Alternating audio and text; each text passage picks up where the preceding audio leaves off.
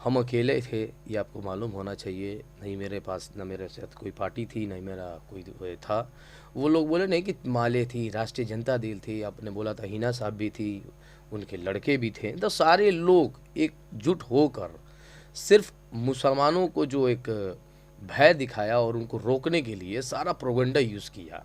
लेकिन असल जीत उस वक्त होगी जब हिना साहब जीतेंगे 2024 में, तब हम मानेंगे कि ये जीत सुनिश्चित और बढ़िया होगी। ये जीत से हम मुसलमानों को कोई फ़ायदा नहीं होने वाला है।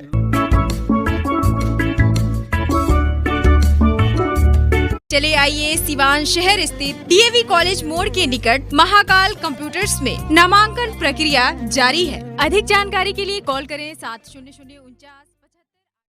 सबसे पहले मैं जितने भी हमारे लोग थे जो हमें वोट दिया और जो हमें नहीं भी वोट दिए, मैं उनका शुक्रगुजार हूँ और तहे दिल से शुक्रगुजार हूँ कि जो भी मेरे वोट्स आए, बहुत ही उनका मैं तहे दिल से शुक्रगुजार हूँ।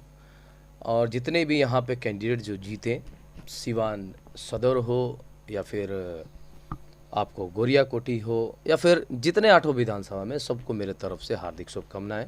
और उम्मीद करता हूं कि जो पिछले 5 सालों में वो लोग जो नदारद रहे, कम से कम इस 5 साल में कुछ करें।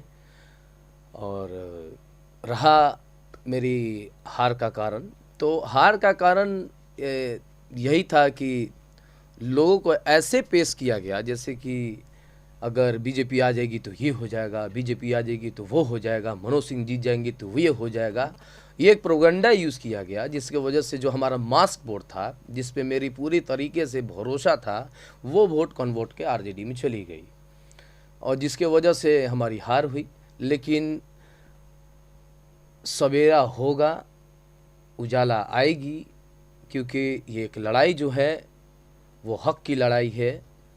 क्योंकि 8 विधानसभा में मैं फिर बोल रहा हूँ कि मेरी मांग थी कि 8 विधानसभा में एक मुसलमान को टिकट मिलनी चाहिए थी, जो नहीं मिली। ये लड़ाई तो चलती रहेगी। आखिर किसके द्वारा आपके वोट बैंक को मनोज सिंह का भय दिखाकर कन्वर्ट कराया गया आरजेडी में? देखिए, ये पूरे आरजेडी की टीम जो पड़ी थी, पूरे आरजेडी की टीम यही पड़ी थी कि मनोज सिंह अगर आ जाएंगे तो मुसलमानों को दिक्कत करेंगे, मुसलमानों परेशान हो जाएंगे। बहुत तरह का प्रोपेगेंडा यूज़ किया गया कि आपको दिक्कत होने लगेगा, ये होने लगेगा। तो अब तो बीजेपी की ही सरकार आ गई है, तो मैं सारे अपने भाइयों से बोलूँगा कि ऐसा कुछ भी नहीं है। जो भी एक प्रोपेगेंडा है, जो आपको दिग्भ्रमित किया गया कि जो पाँच साल आपके बीच नहीं रहे, उन चीज़ को आप भूल के इस डरावने सपने में आ जाएं और सपने को, वो जो नदारत थे उस चीज़ को भुला के कि आपके साथ 5 साल तो बुरा रहा। सारे लोग 5 साल तक उन जो विधायक वहाँ से जो जीते वो सब नाराज़ थे, सब कोई नाराज़ था। आपने कहा कि आरजेडी की पूरी टीम आपको हराने में लगी थी, लेकिन आपका वक्तव्य बार बार ये आता है कि आरजेडी से आपको कोई गिला शिकवा नहीं है, उसके कुछ आदमी नहीं, देखिए, गिला शिकवा जब लड़ाई में आप हमारे साथ नहीं है तो गिला शिकवा जाहिर होना ही है। मेरी जो लड़ाई थी, मेरे अपने लोगों की लड़ाई थी कि भाई विधानसभा में 8 सीट में आपने मुसलमानों को टिकट नहीं दे रहे हैं, राजू भाई हार जा रहे हैं, अब्दुल बारी सिद्दीकी हार जा रहे हैं, बड़े बड़े कद्दावर नेता हार जा रहे हैं और वहीं पे दूसरे लोग जीत जा रहे हैं। ये भी एक सोचने वाली बात है। तो लड़ाई तो चलेगी और मेरा बात बार बार ये होके रहेगा। अब तो आने वाले दिन में पता चलेगा कि 2024 किसके लिए होगा।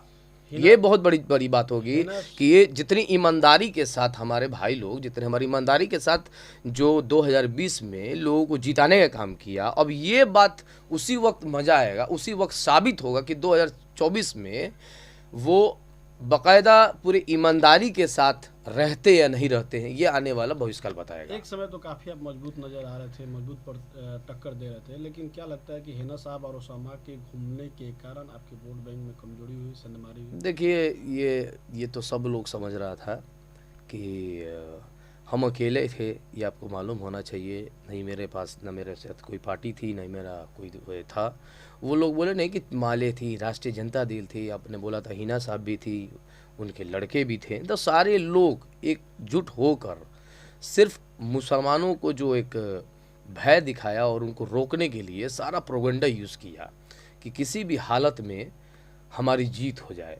तो खैर, जीत हार तो लगी रहेगी, जीत हार तो लगी रहेगी, लेकिन असल जीत उस वक्त होगी जब हिना साहब जीतेंगे 2024 में, तब हम मानेंगे कि ये जीत सुनिश्चित और बढ़िया होगी। ये जीत से हम मुसलमानों को कोई फ़ायदा नहीं होने वाला है। लोजपा प्रत्याशी मनोज सिंह का एक बयान आया जिन्होंने ये कहा है कि हेना साहब के कारण हरिशंकर यादव जीते हैं। देखिए, हरिशंकर यादव कैंडिडेट थे ही नहीं कहीं से भी, उनका तो कोई जीतने का, वो आपसे बार बार वही तो बता रहा हूँ मैं ना कि जो प्रोपेगेंडा यूज़ किया गया, लोगों को ऐसा माहौल बनाया गया कि विधानसभा के जो कार्यकाल थे पीछे के 5 साल, वो हरिशंकर यादव को पूरी तरीके से भूल चुके थे और लोग यही दिमाग में बैठ गया था कि हराओ या जिताओ। उस हराने या जिताने में लोगों ने पूरी तरीके से दिमाग में बैठा लिया कि नहीं वे किसी हालत में राष्ट्रीय जनता दल की सरकार आए तो उससे कुछ उज्जवल भविष्य है, लेकिन कुछ होने वाला नहीं था। एक प्रोपेगेंडा था, लोग मालूम था कि ये झूठ का बाजार कब तक चलेगा। वही तो मैं बार बार आपको समझा रहा हूँ कि ये जो हार, ये जीत जो है ना, हम लोगों के लिए हार ही है। कुछ पल के लिए, मैंने पिछले बार भी बोला था कि एक दिन की खुशी मिलेगी आपको, सिर्फ एक दिन की। आप गुलाल खेलेंगे, हरा रंग खेलेंगे, खूब डंके पीटेंगे, खूब पटाखे छोड़ेंगे, लेकिन फिर 5 साल आपका क्या होगा ये अल्लाह खैर करे, ये आपको सोचने वाली बात होगी। और यकीनन मैं कह रहा हूँ ये जीत उसी वक्त मोहम्मद कैफ को चेहरे पर खुशी होगी जब 2024 में हिना साहब जीतेंगी ना, तब मुझे लगेगा कि ये जो जीत थी 2020 की, वो जीत 2024 में अगर दोबारा होती है तब हमको लगेगा कि हमारी जीत सुनिश्चित हुई। ये जीत से मोहम्मद कैफ खुश नहीं होगा, ये जीत नहीं, ये 2024 की जब जीत होगी तब हमें लगेगा कि हम मुसलमानों की जीत हुई, हमारे कौम की जीत हुई, क्योंकि जब तब लगेगा कि सेकुलरिज्म बराबर में है और माई समीकरण बराबर में है, तब मुझे लगेगा। अगला स्टैंड क्या हो, क्या आरजेडी में जाएंगे या फिर ऐसे ही? अरे आने वाले दिन बताएगा, अभी मैं कहीं नहीं जाऊँ ना, अभी मैं घर बैठूंगा। फिर से मैं थोड़ा सा, अब तो मेरे पास 4 साल बड़ा कारका लगा। 8 महीने में जब मैं मुझे हराने के पीछे सब पड़ गए कि ये सारे मास वोट लेके आया था, मास्क वोट के वजह से हरिशंकर यादव जीते हैं। आप फिर से बोल रहा हूँ, मास्क वोट के वजह से हरिशंकर, मास्क वोट अगर नहीं रहती तो हरिशंकर यादव वहाँ पे कहीं नजर नहीं आते। फिर से आपसे एक बार यही क्वेश्चन रहेगा कि आखिर आपको हराने में किसका हाथ रहा? जो मास्क मेरे जो देखिए, मेरी हराने में हार, जो हराने में मेरी जनता हमको, वो जनता जो थी वो आपको तेजस्वी यादव की सरकार बनाने में लगी थी। किसी भी हालत में तेजस्वी यादव को सरकार बन जाए तो सरकार बनेगी, तुमको लगता था कि कुछ अच्छा होने वाला है, लेकिन अफसोस उनका जो सोच था वो नहीं हो पाया, और जिसके वजह से जनता ने मुझे अपना वोट नहीं देके राष्ट्रीय जनता दल को दिया, और राष्ट्रीय जनता दल को दे के अपना सोचा कि कुछ अच्छा भविष्य होगा, लेकिन उनका भी सोच, अब ये सोच 2024 में मालूम चलेगा कि ये सोच कैसा रहेगा। हिना साहब क्या किंग मेकर का काम कर रहे थे वहाँ पे? राष्ट्रीय जनता दल के तेजस्वी यादव का किंग मेकर का काम ज़्यादा काम करे। 10 लाख जो लोगों को नौकरी देने का वादा था ना, वो बहुत बड़ा फैक्टर हो गया था। सबको उम्मीद लग गई थी वहाँ पे कि कुछ अच्छा होगा, क्योंकि पिछले जो 15 सालों में नीतीश कुमार ने नौकरी नहीं दिए और लोग बहुत परेशान हो गया। और सबसे बड़ा फैक्टर हो गया था कोरोना महामारी में, जिसकी वजह से लोग बहुत हाहाकार थे, बहुत परेशान थे। तो सबसे बड़ा अगर फैक्टर रहा तो राष्ट्रीय जनता दल के तेजस्वी यादव का था। 10 लाख का फैक्टर बहुत बड़ा काम कर गया।